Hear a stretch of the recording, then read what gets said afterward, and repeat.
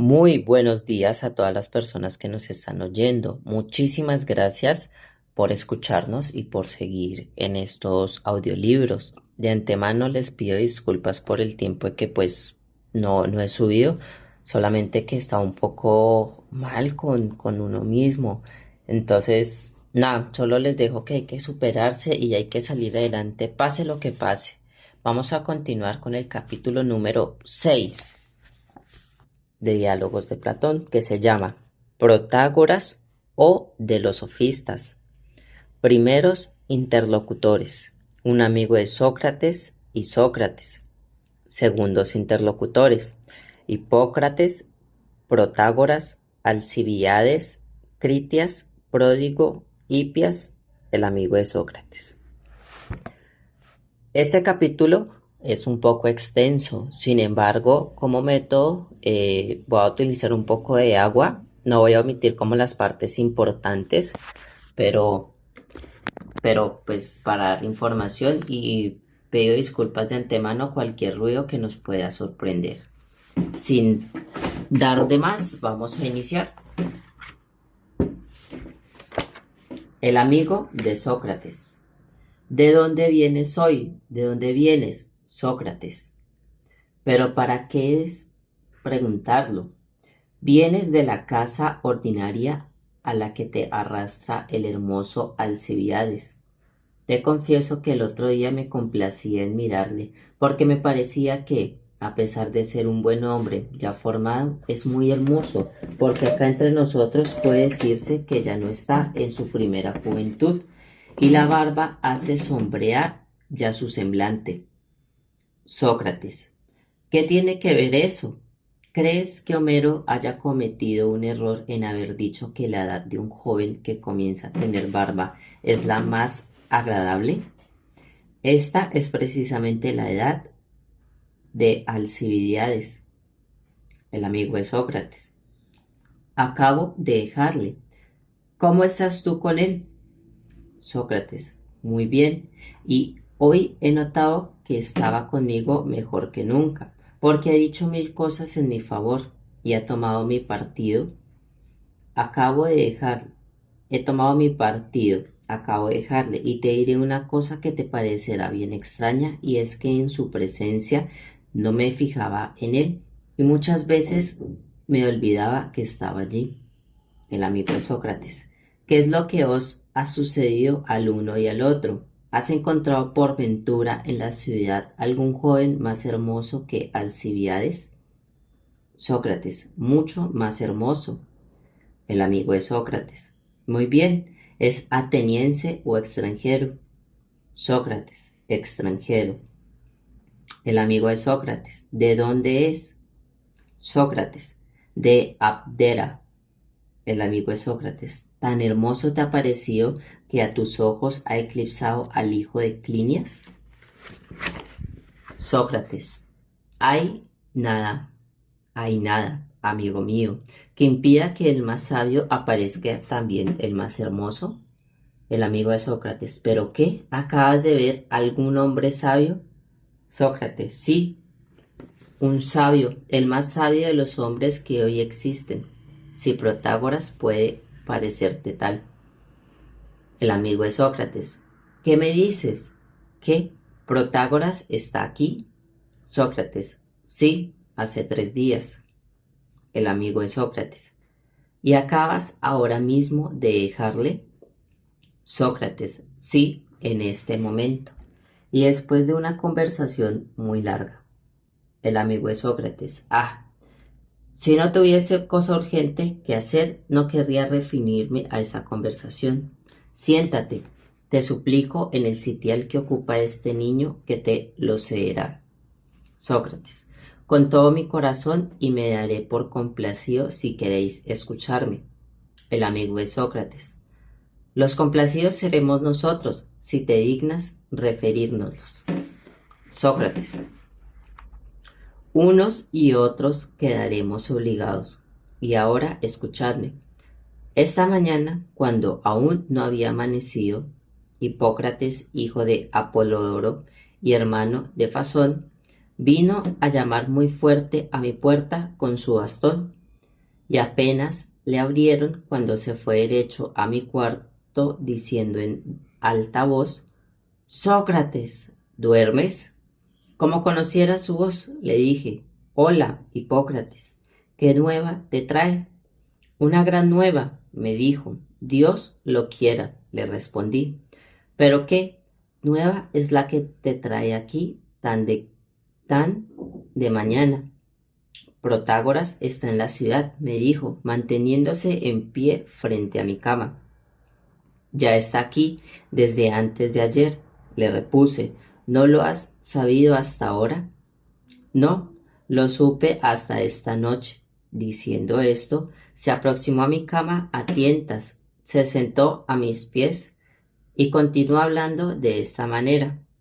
Volví ayer por la tarde, ya muy tarde, del pueblo de Oinoe, a donde fui para coger a mi esclavo Sátiro, que se me había fugado. Pensaba decírtelo antes, pero no sé qué otra cosa borró de mis espíritus esta idea.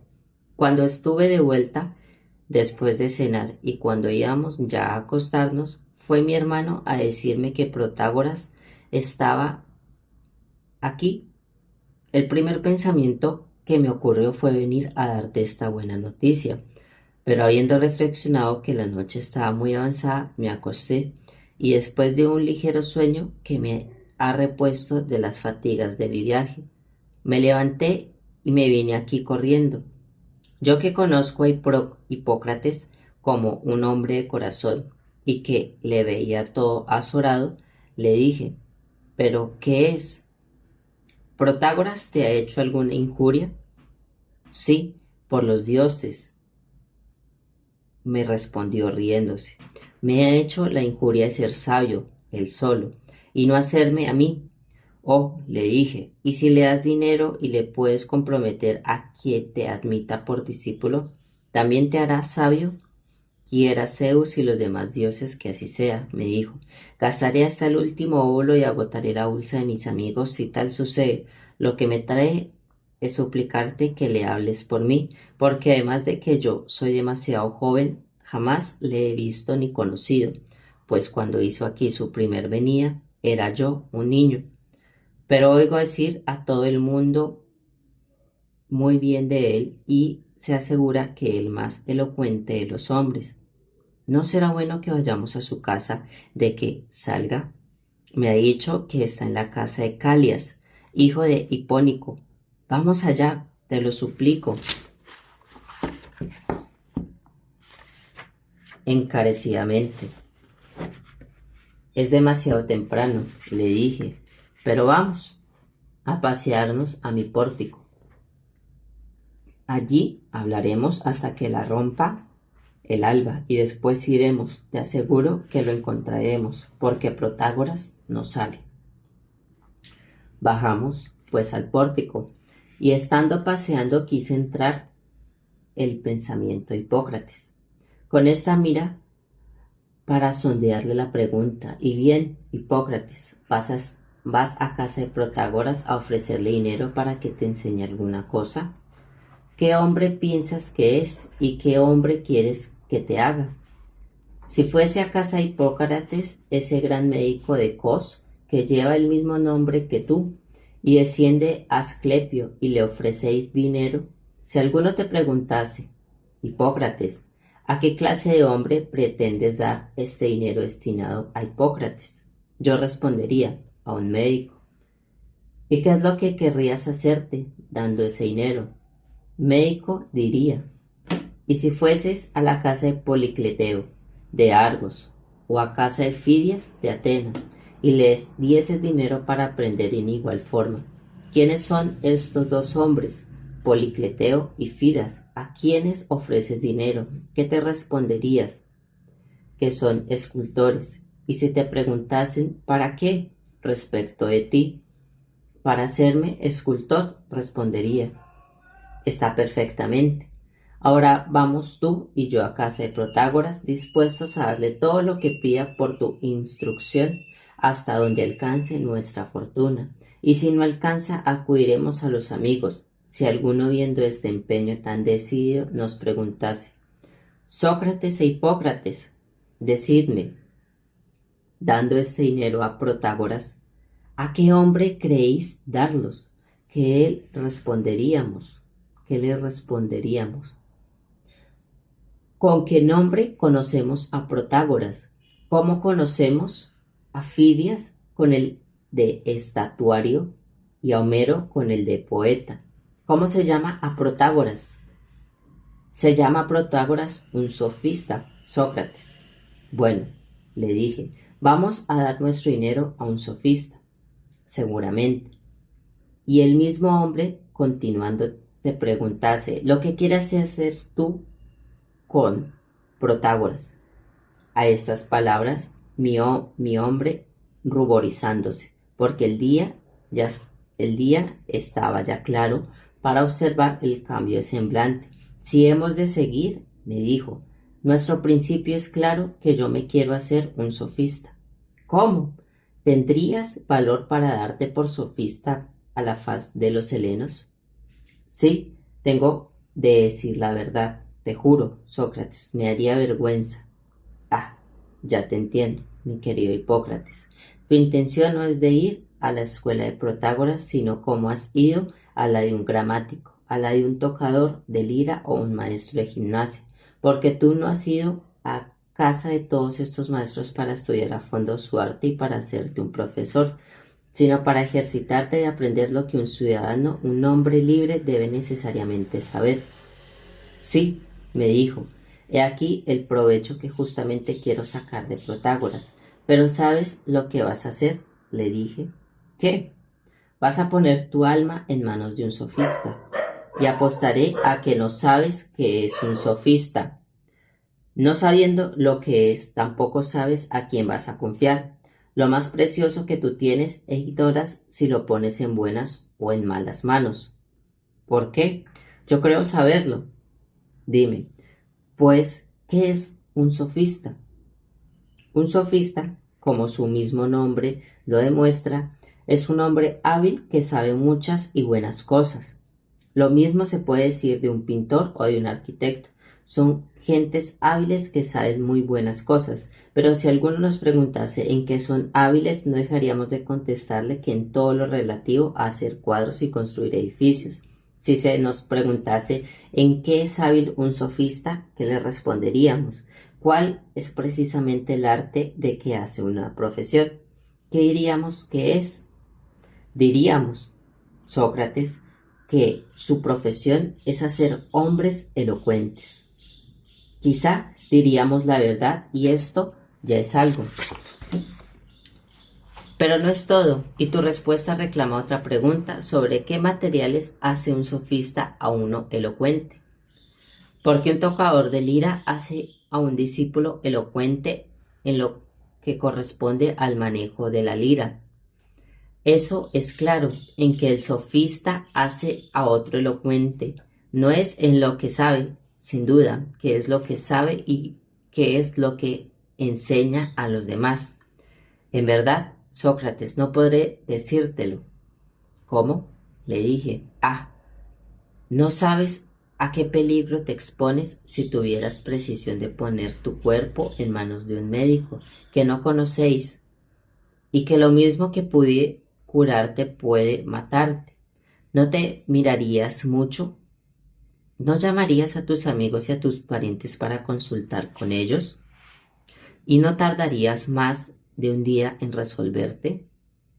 Estimas infinitamente más tu alma que tu cuerpo y estás persuadido de que ella depende de tu felicidad o tu desgracia, según que está bien o mal predispuesta, y sin embargo, cuando se trata de su salud, no pides consejos ni a tu padre, ni a tu hermano, ni a ninguno de nosotros que somos tus amigos, ni tomas a un solo momento para deliberar si debes entregar a un extranjero que acaba de llegar, sino que, sin más que saber, ayer tarde, bien tarde, su llegada. Vienes al día siguiente antes de rayar el alba para ponerte sin dudar en sus manos y con la firme resolución de gastar para ello no solo su fortuna, sino también la de tus amigos. Esto es negocio concluido. Es preciso entregarse a Protágoras, a quien no conoces como tú mismo lo confiesas y a quien jamás has hablado. Solo sabes que es un sofista y vas a abandonarte en sus manos, ignorando al mismo tiempo lo que no es un sofista. Lo que me dices es muy cierto, Sócrates. Tienes razón. ¿No adviertes, Hipócrates, que el sofista es un mercader de todas las cosas de que se alimenta el alma? Así me parece, Sócrates, me dijo. Pero, ¿cuáles son las cosas de que se alimenta el alma? Son las ciencias, le respondí. Pero, mi querido amigo, es preciso estar muy en guardia con el sofista, no sea que, a fuerza de ponderarnos sus mercancías, nos engañen, como hacen los que los venden las cosas necesarias para el alimento del cuerpo, porque estos últimos, sin saber si los géneros que ponen en venta son buenos o malos para la salud, los alaban excesivamente para salir lo más pronto posible de ellos, sin que los compran los conozcan mejor, a menos que el comprador sea algún médico o algún maestro de palestra. Lo mismo sucede con estos mercaderes que van por las ciudades vendiendo su ciencia a los que desean adquirirla, y alaban indiferentemente todo lo que venden. Puede suceder que la mayor parte de ellos ignoren si lo que venden es bueno o malo para el alma, y que los que compran están en la misma ignorancia, a menos que no se encuentren alguno que sea buen médico de alma. Si te conoces, pues, si sabes lo que es bueno o malo, puedes comprar con seguridad las ciencias en casa de Protágoras o en la de todos los demás sofistas, pero si no te conoces, no expongas lo que te debe ser más claro en el mundo, mi querido Hipócrates, porque el riesgo que se corre en la compra de las ciencias es mucho mayor que el que se corre en la compra de las provisiones de boca. Después de que se haya comprado estas últimas, se las lleva a casa de cestos o vasijas que no las pueden alterar, y antes de gastarlas se tiene tiempo para consultar y llamar en su socorro a los que saben qué cosas deben comerse o beberse, qué cantidad puede tomarse y el tiempo en que debe hacerse, de manera que el peligro nunca es grande. Pero respecto a las ciencias, no sucede lo mismo, porque no se las puede poner en ningún cesto de vasija, sino en el alma.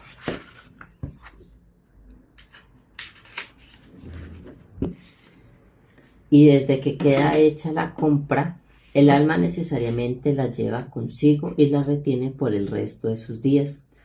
Sobre este objeto debemos consultarnos con personas de más edad y más experimentadas que nosotros, porque nosotros somos demasiados jóvenes para decidir sobre un negocio tan importante. Pero vamos allá, puesto que estamos en camino. Oiremos de Protágoras y después de haber oído se lo comunicaremos a los demás. Protágoras no estará solo, y encontraremos allí a Hipias de Elea y aún creo que está Pródico de Zeus y muchos otros, gente de toda ciencia. Tomada esta resolución, emprendimos nuestra marcha. Cuando llegamos a la puerta, nos detuvimos para terminar una ligera disputa que sostuvimos mientras nos dirigíamos a la casa. Esto ocupó un poco de tiempo hasta que nos pusimos de acuerdo.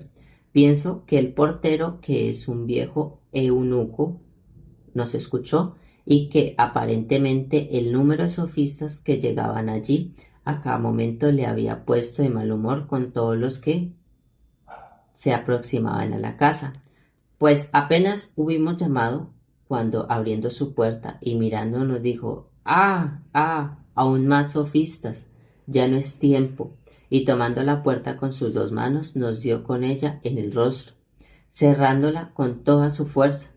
Nosotros volvimos a llamar y nos respondió de la parte de adentro: ¿Qué? ¿No me habéis entendido? Ya os he dicho que mi amo no ve a nadie. Amigo mío, le dije, no venimos aquí a interrumpir a Calias ni somos sofistas. Abre, pues, sin temor, nosotros venimos a ver a Protágoras, y a ti te basta anunciarnos a pesar de esto. Se hizo violencia en abrirnos la puerta. Cuando entramos, encontramos a Protágoras, que se paseaba delante del pórtico, y con él estaba de un lado Calias, hijo de Hipónico, y su hermano Uterino, Paralos, hijos de Pericles y Cármides, hijo de Glaucón, y de otro lado estaba Cuantipo, el otro hijo de Pericles, Filipides, hijo de Filomones, y Antimeoros de Menda, el más famoso discípulo de Protágoras, y que aspira a ser sofista. Dentro de ellos marchaba una porción de gente que en su mayor número parecían extranjeros, que son los mismos que Protágoras lleva siempre consigo por todas las ciudades por donde pasa, y a los que arrastra por la dulzura de su voz como Orfeo.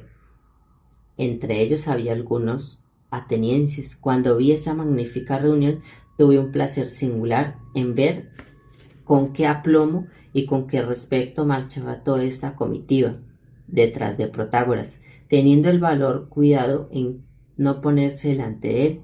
Desde que Protágoras daba la vuelta con los que le acompañaban, se veía aquella turba que le seguía colocarse en círculo a derecha e izquierda hasta que él pasaba y enseguida colocarse detrás. Después de él vislumbré, sirviéndome de la expresión de Homero, a Hipias de Lea, que estaba sentado al otro lado del pórtico en un sitial elevado, y cerca de él, sobre las gradas, observé a Erixímaco, hijo de Acumenos, Fedro de Mirunicias, Andrón, hijo de Androtión, y algunos extranjeros de Elea, mezclado con los demás. Al parecer, dirigí algunas preguntas de física y de astronomía a Hipias e Hipias. De lo alto de su asiento resolvía todas sus dificultades.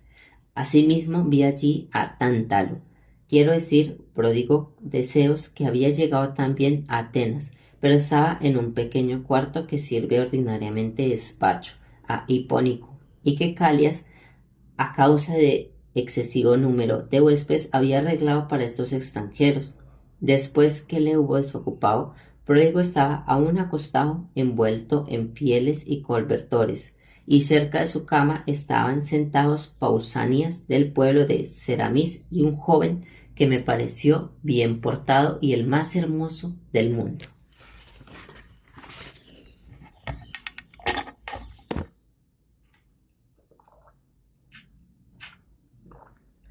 Me pareció haber oído llamarle Agatón, y muchos me engañaré si Pausanias no estaba enamorado de él.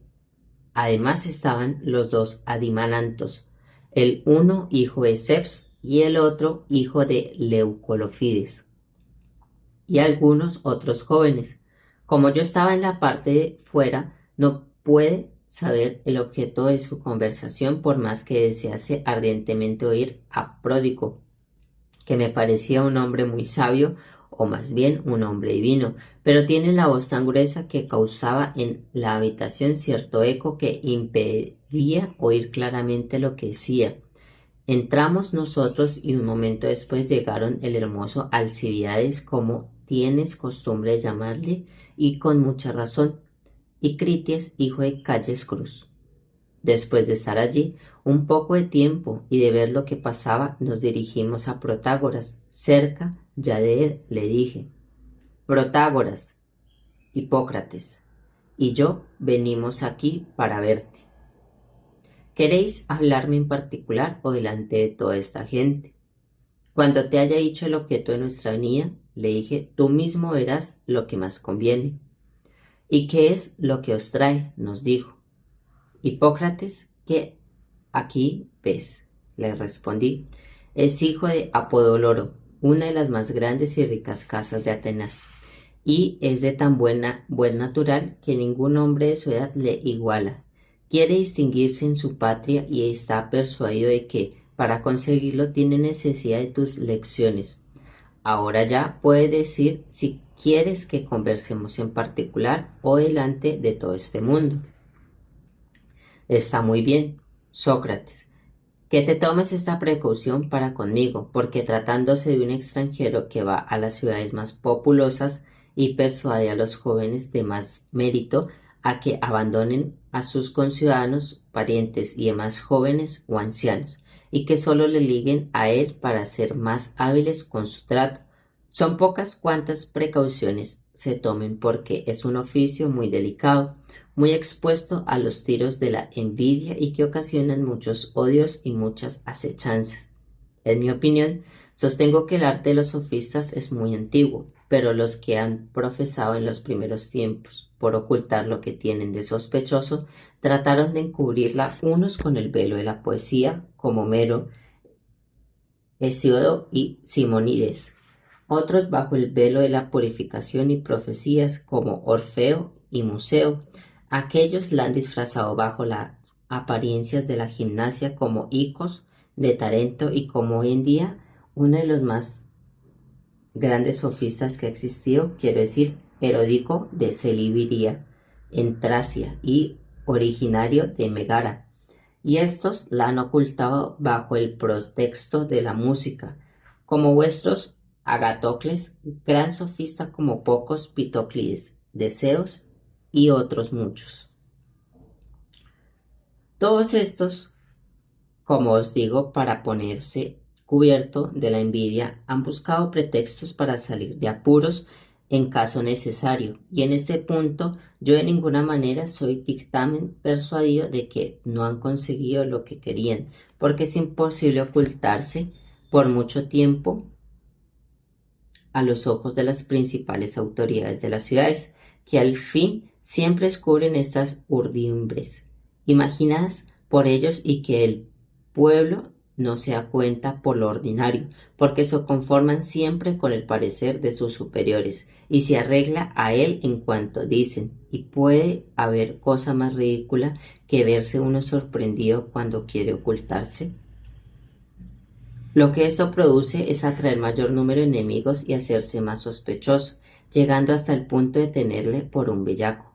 En cuanto a mí, tomo un camino opuesto, hago francamente profesión de enseñar a los hombres y me declaro sofista. El mejor de todos los disimulos es, a mi parecer, no valerse de ninguno. Quiero más presentarme que ser descubierto. Con esta franqueza no dejo de tomar todas las demás precauciones necesarias en términos que, gracias a Dios, ningún mal me ha resultado por blasonar de sofista.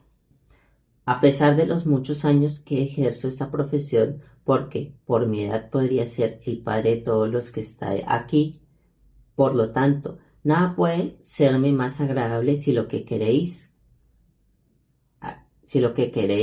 que hablaros en presencia de todos lo que está en esta casa. Desde luego conocí su intención y vi lo que buscaba era hacerse valer para con Pródigo e Hipias y envanecerse de que nosotros nos dirigiéramos a él como ansiosos de su sabiduría para halagar su orgullo.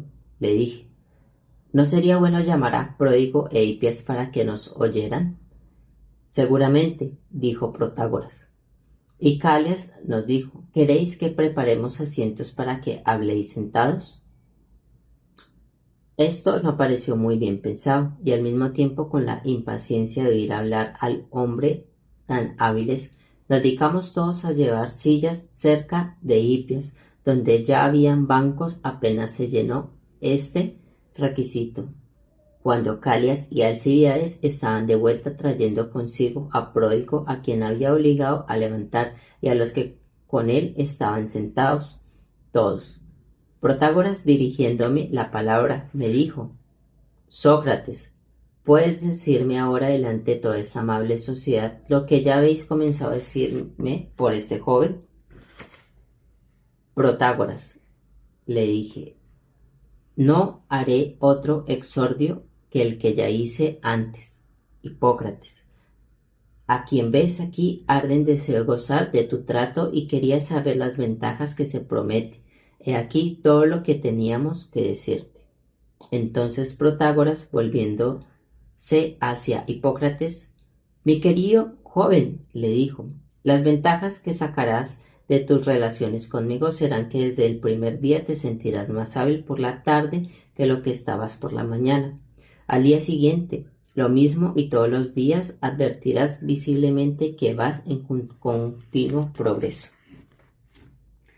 Pero, Protágoras, le dije, nada de sorprendente tiene lo que dices y antes bien es muy natural, porque tú mismo, por avanzado que estés en años y por hábil que seas, si alguno te enseñase lo que no sabe, precisamente te habías de hacer más sabio que lo que eres. Ah, ¿no es esto lo que exigimos?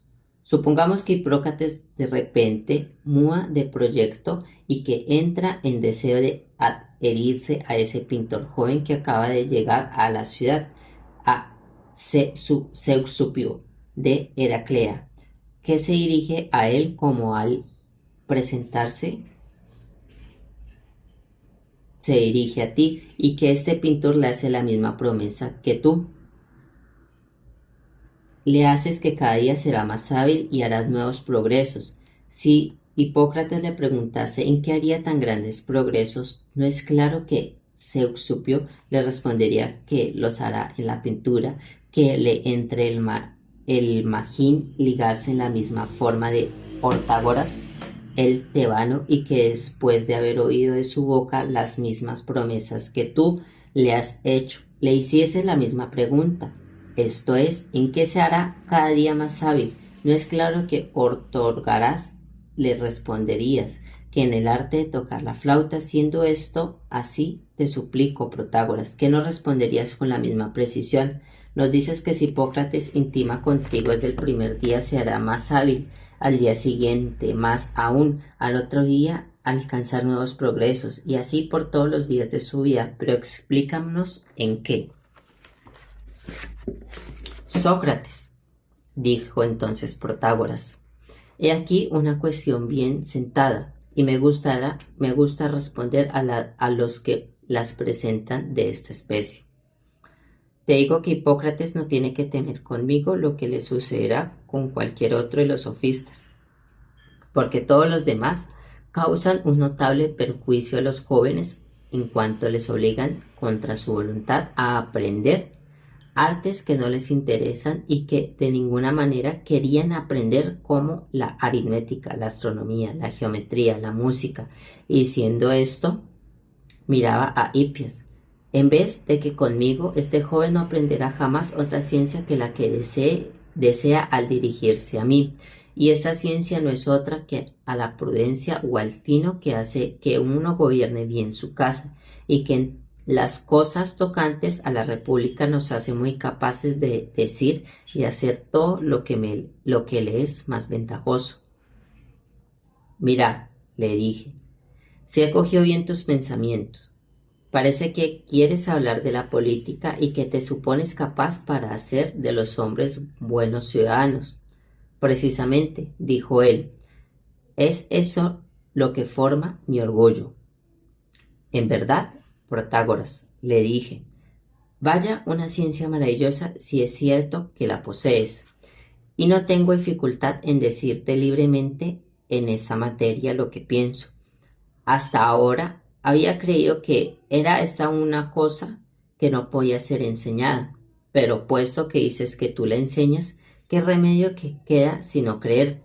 Sin embargo, es justo que te diga las razones que tengo para creer que no puede ser enseñada y que no depende de los hombres comunicar esta ciencia a los demás. Estoy persuadido, como lo están todos los helenos, de que los atenienses son muy sabios.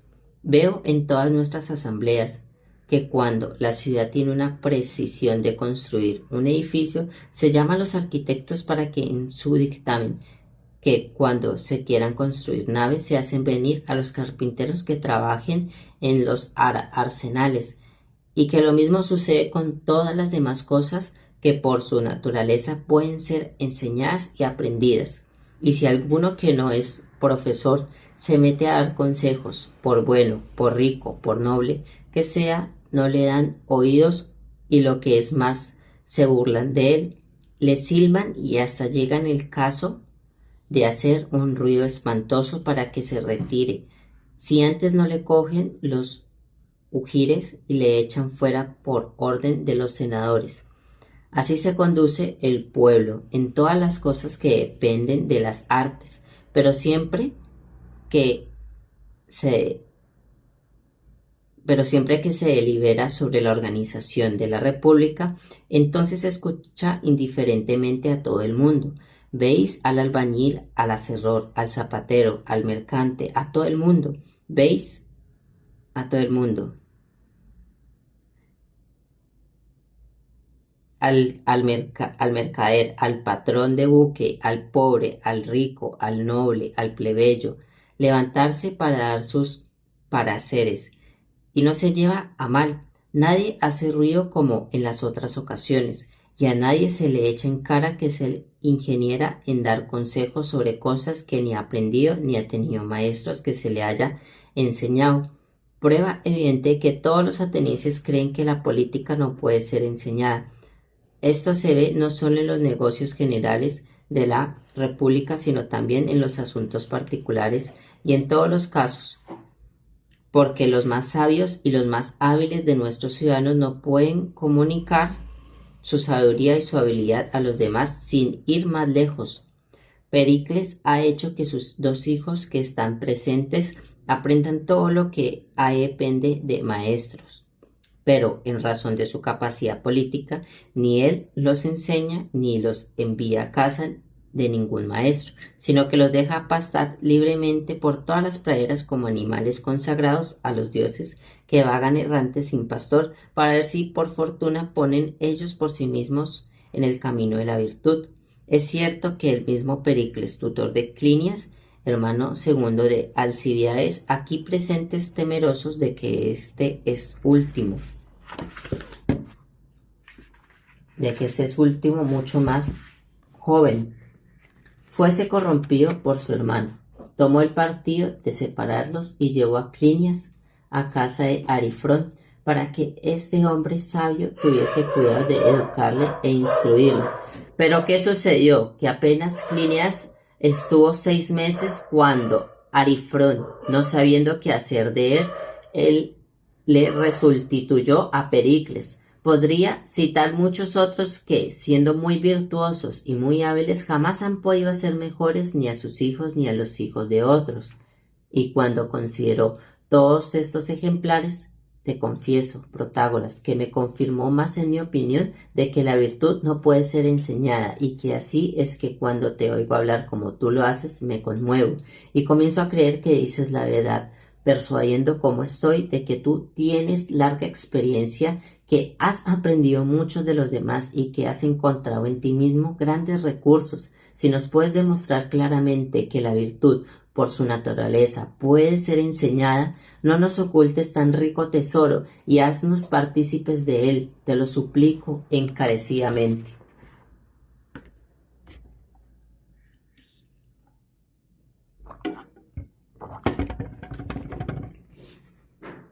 No te lo ocultaré, dijo, pero escoge, ¿quieres que te haga como un buen anciano que se dirige a jóvenes esta demostración por medio de una fábula, o que haga un discurso razonado?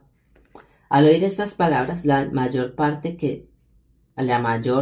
de los que estaban sentados exclamaron que él era el jefe y que se dejase la lección. Supuesto eso, dijo, creo que la fábula sería más agradable. Hubo un tiempo en que los dioses existían solos y no existía ningún ser mortal.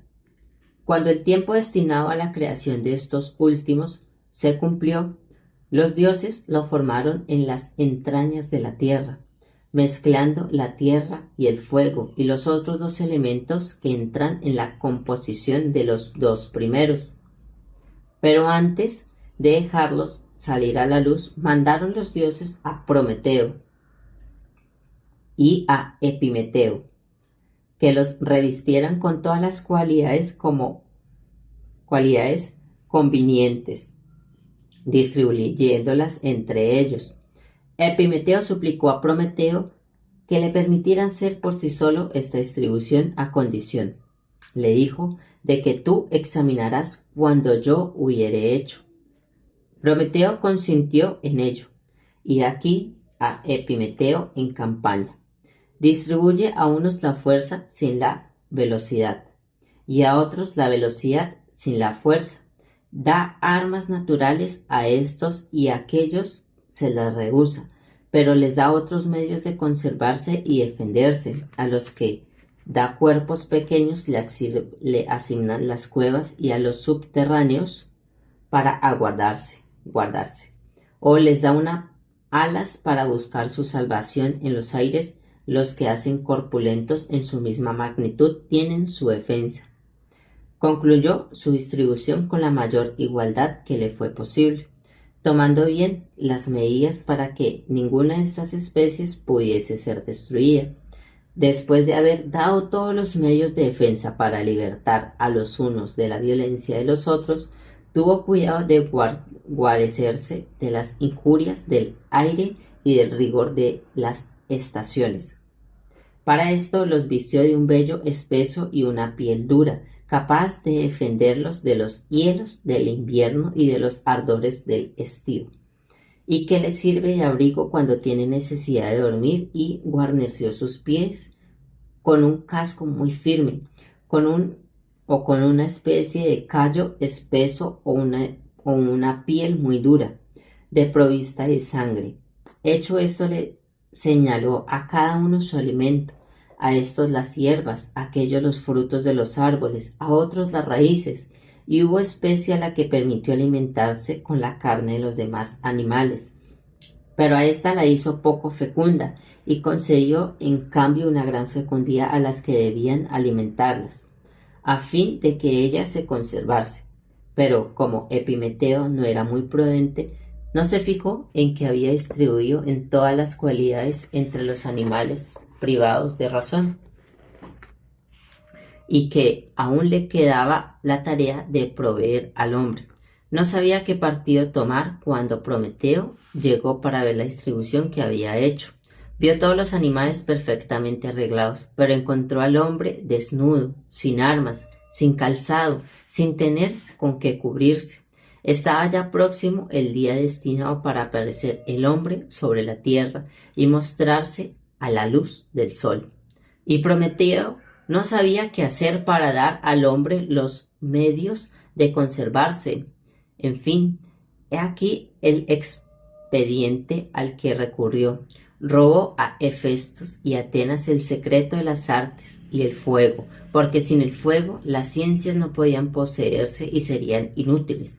Y de todo hizo un presente al hombre. He aquí de qué manera el hombre recibió la ciencia de conservar su vida, pero no recibió el conocimiento de la política, porque la política estaba en poder de Zeus, y Prometeo no tenía aún la libertad de entrar en el santuario del Padre de los dioses, cuya entrada estaba defendida por guardias terribles. Pero, como estaba diciendo, se deslizó fortunadamente en los talleres en que Efesos y Atenas trabajaban, y habiéndolo robado a este dios su arte, que se ejerce por el fuego, y aquella diosa el suyo, se lo regaló al hombre, y por este medio se encontró en este estado de proporcionarse todas las cosas necesarias para la vida. Se dice que Prometeo fue después castigado por este robo, que solo fue hecho para reparar la falta cometida por Epimeteo, cuando se hizo al hombre partícipe de las cualidades divinas. Fue el único de todos los animales que, a causa del parentesco que le unía con el ser divino, se convenció de que existen dioses, les levantó altares y les dedicó estatuas. En igual forma creó una lengua, artículos, sonidos y dio nombres a todas las cosas. Construyó cosas, hizo trajes, calzados, lecho y sacó sus alimentos de la tierra. Con todos estos auxilios los primeros hombres vivían dispersos y no habían aún ciudades. Se veían miserablemente devorados por las bestias, siendo en todas partes muchos más débiles que ellas. Las artes que poseían eran un medio suficiente para alimentarse, pero muy insuficiente para defenderse de los animales, porque no tenían aún ningún conocimiento de la política, de la que el arte de la guerra es una parte. Creyeron que eran indispensables reunirse para su mutua conservación, construyendo ciudades, pero apenas estuvieron reunidos se causaron los unos a los otros muchos males, porque aún no tenían ninguna idea de la política. así que se vieron precisados a separarse otra vez, y helos aquí expuestos de nuevo al furor de las bestias. Zeus, movido de compasión y temiendo también de la raza humana, se viera exterminada, envió a Hermes con orden de dar a los hombres pudor y justicia, a fin de que construyesen sus ciudades y estrechasen los lazos de una comunión amistad. Hermes recibía esta orden, preguntó a Zeus cómo debía dar a los hombres el pudor y la justicia, y si los distribuiría como Epimeteo había distribuido las artes, porque he aquí cómo los fueron. El arte de la medicina, por ejemplo, fue atribuida a un hombre, solo que la ejerce por una multitud de otros que no la conocen, y lo mismo sucede con todos los demás artistas. Bastará, pues, que yo distribuya lo mismo, el pudor y la justicia entre un pequeño número de personas, os la repartiré a todas indistintamente. A todos, sin dudar, respondió Zeus, es preciso que todas sean partícipes, porque si se entregan a un pequeño número, como se ha hecho con las demás artes, jamás habría ni una sociedad ni poblaciones. Además, publicarás de mi parte una ley, según que todo hombre que no participe del pudor y la justicia será exterminado y considerado como la peste de la sociedad. Aquí tienes, Sócrates, la razón por que los atenienses y los demás pueblos que deliberan sobre negocios concernientes a las artes como la arquitectura o cualquier otro, solo escuchan los consejos de pocos, es decir, de los artistas, y si otros que no son de la profesión se meten a dar su dictamen, no se les sufre, como has dicho muy bien, y es muy racional que así suceda, pero cuando se trata de los negocios que corresponden puramente a la política, como la política versa siempre sobre la justicia y la templanza, entonces escuchan a todo el mundo y con razón, porque todos están obligados a tener estas virtudes, que otra manera no hay sociedad. Esta es la única razón de tal diferencia. Sócrates. Y para que no creas que te engaño cuando digo que todos los hombres están verdaderamente persuadidos de que cada particular tiene un conocimiento suficiente de la justicia y de todas las demás virtudes políticas, aquí tienes una prueba de que no te permitirá dudar en las demás artes, como dijiste muy bien. Si alguno se alaba de sobresalir en una de ellas, por ejemplo, en tocar la flauta, sin saber tocar, todo el mundo le silba y se levanta contra él, y sus parientes hacen que se retire como si fuera un hombre que ha perdido el juicio. Por el contrario, cuando se ve un hombre que, hablando de la justicia y de las que, hablando de la justicia y de las demás virtudes políticas, dice delante de todo el mundo, atestiguando contra sí mismo que no es justo ni virtuoso, aunque en todas las demás ocasiones sea loable decir la verdad. En este caso se califica de locura y se dice con razón que todos los hombres están obligados a afirmar de sí mismos que son justos, aunque no lo sean, y que el que no sabe por lo menos fingir lo justo es enteramente un loco, porque no hay nadie que no esté obligado a participar de la justicia de cualquier manera, a menos que deje de ser hombre. He aquí porque he sostenido que es justo ir indistintamente a todo el mundo cuando se trata de la política, en concepto de que no hay nadie que no tenga algún conocimiento de ella. Es preciso que todos se persuadan de que estas virtudes no son ni un presente de la naturaleza ni un resultado del azar, sino fruto de reflexiones y de preceptos que constituyen una ciencia que puede ser enseñada, que es lo que ahora me propongo demostrarles. No es cierto que, respecto a los defectos que no son naturales o que nos vienen de la fortuna, nadie se irrita contra nosotros, nadie nos advierte, nadie nos reprende en una palabra, no se nos castiga para que seamos distintos de lo que somos. Antes, por lo contrario, se tiene compasión de nosotros, porque ¿quién podría ser tan insensato que intentara corregir a un hombre raquítico, a un hombre feo, a un valentudiario? No es a todo el mundo persuadido de que los defectos del cuerpo Lo mismo de sus bellezas son obras de naturaleza y de la fortuna. No sucede lo mismo con todas las demás cosas que pasan en verdad por fruto de la aplicación y del estudio. Cuando se encuentran a algunos que no las tienen o que tienen los vicios contrarios a estas virtudes que deberían tener, todo el mundo se irrita contra él, se le advierte, se le corrige y se le castiga.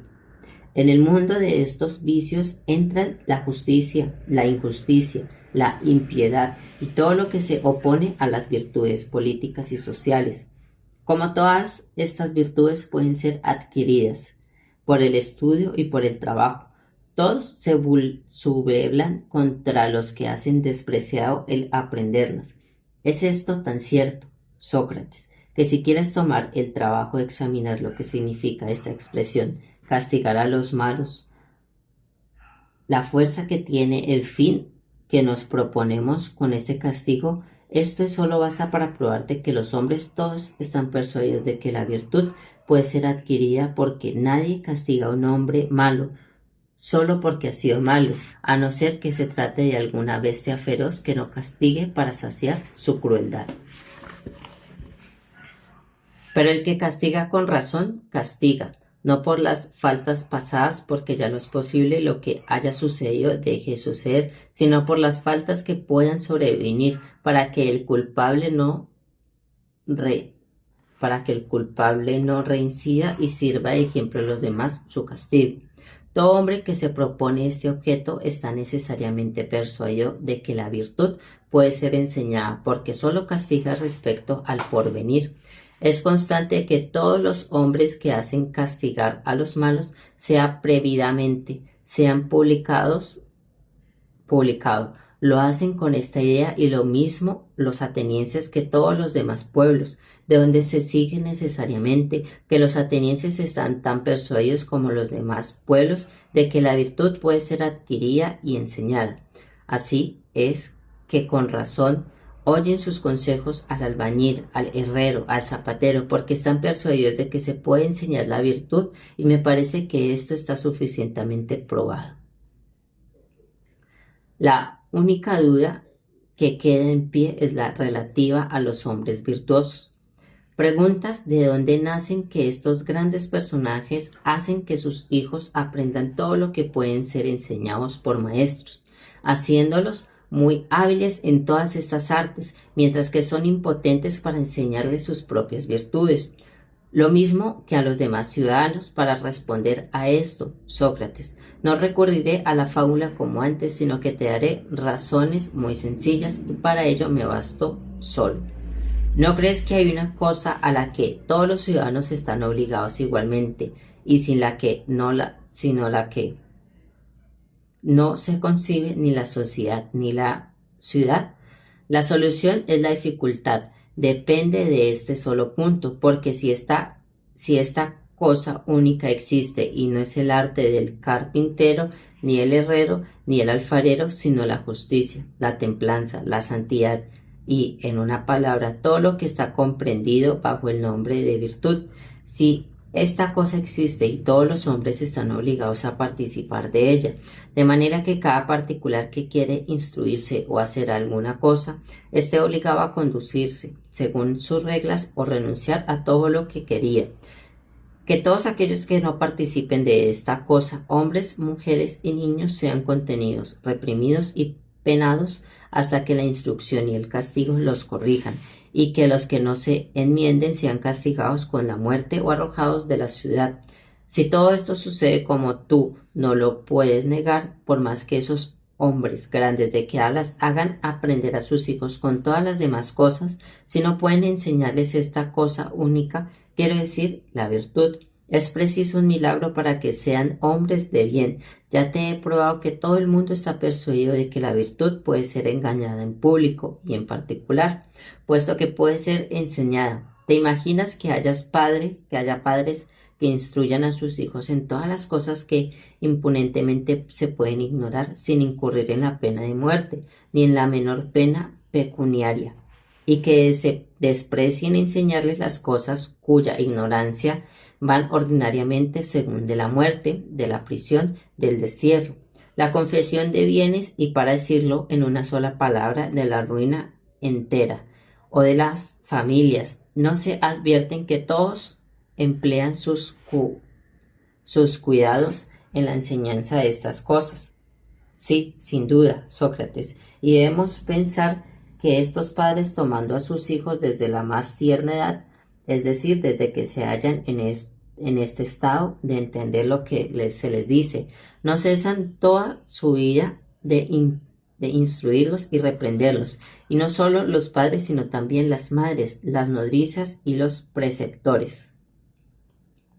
Todos trabajan únicamente para hacer a los hijos virtuosos, enseñándoles con motivo de cada acción, de cada palabra, de cada palabra, que tal cosa es justa, que tal otra es injusta, que esto es bello, que aquello es vergonzoso, que lo uno es santo, que lo otro es impío.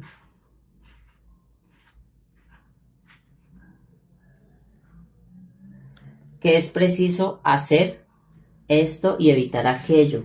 Si los hijos obedecen voluntariamente estos preceptores, se les alaba, se les recompensa; si no obedecen, se les amenaza, se les castiga y también se les endereza como los árboles, que se tuercen cuando se los envía a la escuela.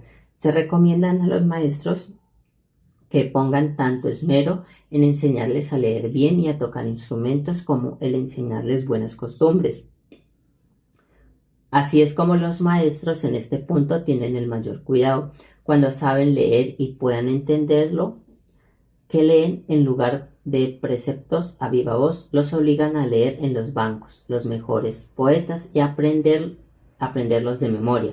Allí encuentran preceptores excelentes y relaciones en que están consignados elogios de los hombres más grandes de la antigüedad, para que estos niños, inflamados con una noble emulación, los imite y procuren parecérseles. Los maestros de música hacen los mismos y procuran que sus discípulos no hagan nada que puedan abochonarles.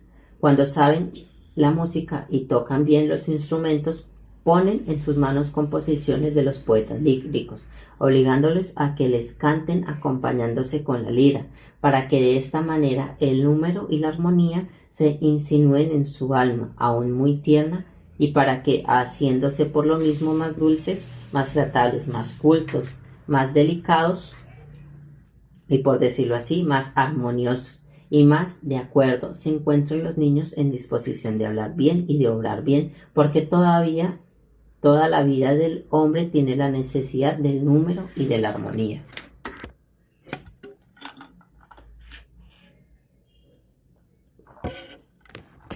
No contentos con esto, se los envía además a los maestros de gimnasia, con el objeto de que, teniendo el cuerpo sano y robusto, puedan ejecutar mejor las órdenes de un espíritu varonil y sano, y que la debilidad de su temperamento no les obligue a rehusar el servir a su patria, sea en la guerra, sea en las demás funciones. Lo que tiene más recursos son los que comúnmente ponen a sus hijos al cuidado de sus maestros, de manera que los hijos de los más ricos son los que comienzan pronto sus ejercicios y los continúan por más tiempo, porque desde su más tierna edad concurren a estas enseñanzas y no cesan de concurrir hasta que son hombres hechos, apenas han salido de manos de sus maestros, cuando la patria les obliga a aprender las leyes y a vivir según las reglas que ella prescribe, para que ellos, cuanto hagan, sean según principios de razón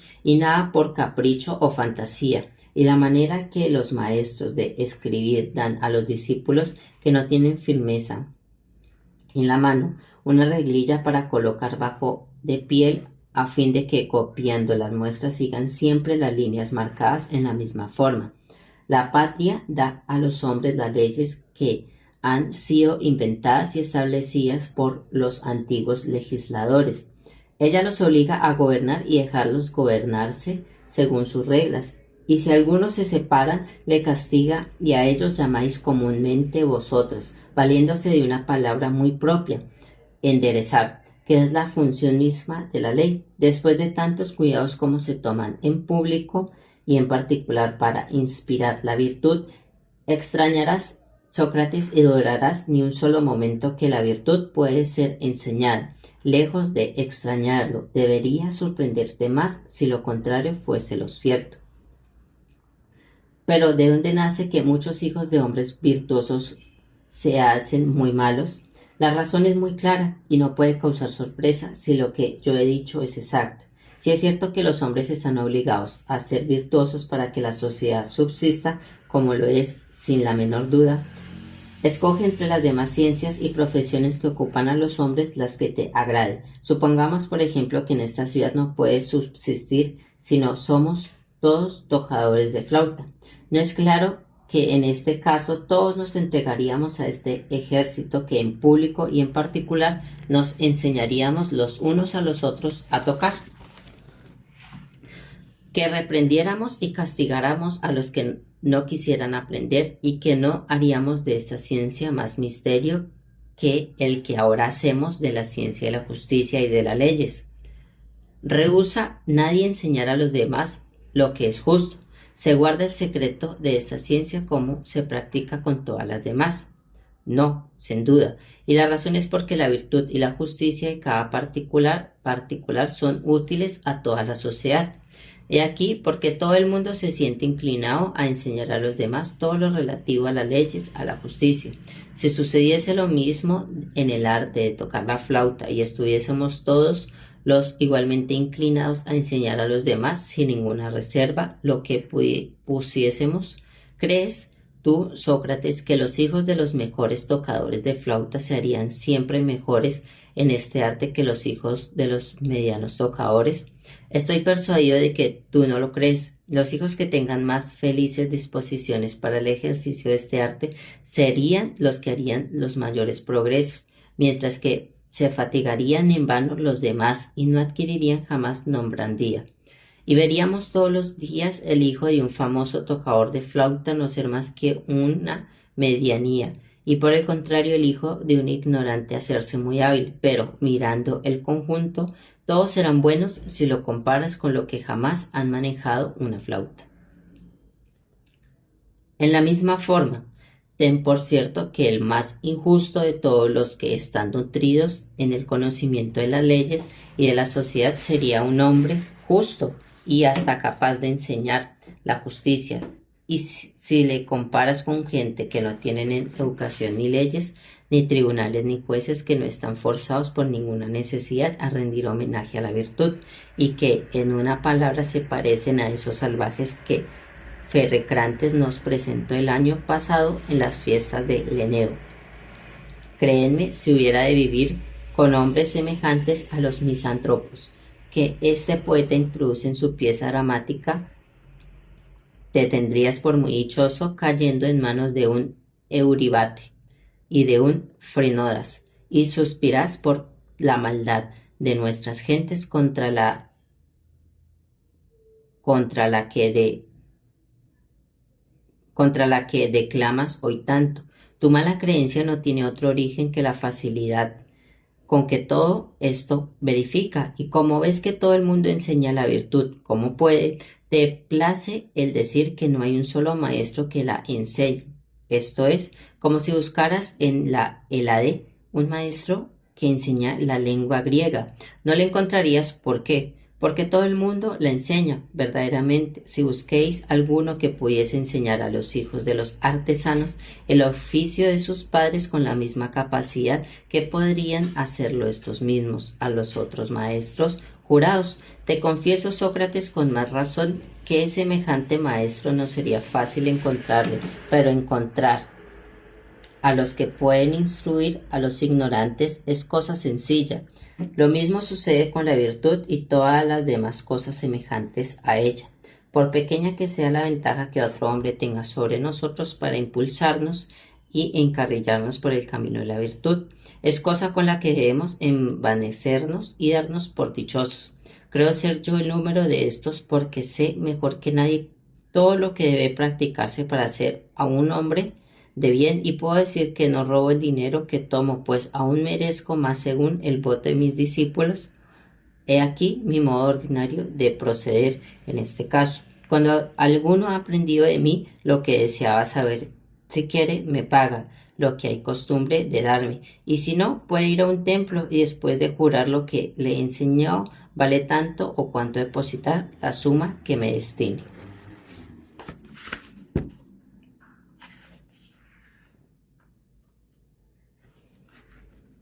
He aquí, Sócrates, ¿cuál es la fábula y cuáles son las razones de que he querido valerme para probarte que la virtud puede ser enseñada y que están persuadidos de ello?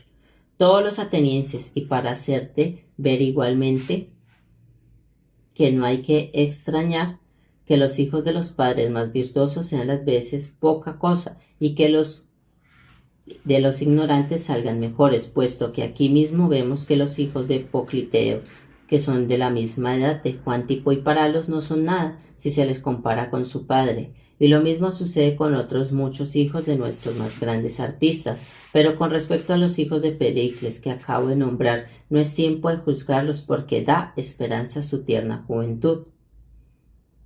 Concluido este largo y magnífico discurso, Protágoras calló, y yo, después de haber permanecido largo rato en una especie de arrobamiento, me puse a mirarle como quien espera que dijese más cosas que yo guardaba con mucha impaciencia. Pero viendo que había efectivamente concluido y después de hacer un esfuerzo para replegarme sobre mí mismo, me dirigí a Hipócrates y le dije: en verdad, hijo de Apolodoro, no me es posible expresarte mi agradecimiento en haberme precisado a venir aquí, porque por nada en el mundo hubiera querido perder esta ocasión de haber oído a Protágoras. Hasta aquí había creído siempre que de ninguna manera debíamos al auxilio del hombre al hacernos virtuosos, pero al presente estoy persuadido de que es cosa puramente humana. Solo me queda un pequeño escrúpulo que no me quita fácilmente. Protágoras, qué tan lindas cosas nos acabas de demostrar si consultáramos sobre estas materias a algunos de nuestros grandes oradores. Quizás tendríamos discursos semejantes a este y creyéramos oír a un Pericles o a alguno de los más elocuentes que hemos tenido, pero si después de esto propusiéramos alguna objeción, no habría que decir ni que responder y permanecieran mudos como un libro, en lugar de que, no poniendo objeciones y limitándose a escucharles, no concluirían nunca y habrían como los vasos de bronce que una vez golpeados producen por largo tiempo un sonido, si no se pone en ellos la mano o se los coge, y aquí lo que hacen nuestros oradores, se les excita razón hasta que el infinito nos sucede con esto. Con Protágoras es muy capaz no sólo pronunciar largos y precisos discursos como acaba de hacerlo, ver, sino también de responder con precisión y en pocas palabras a las preguntas que se le hagan, así como de esperar y recibir las respuestas en forma conveniente, cosas que están reservadas a muy pocos.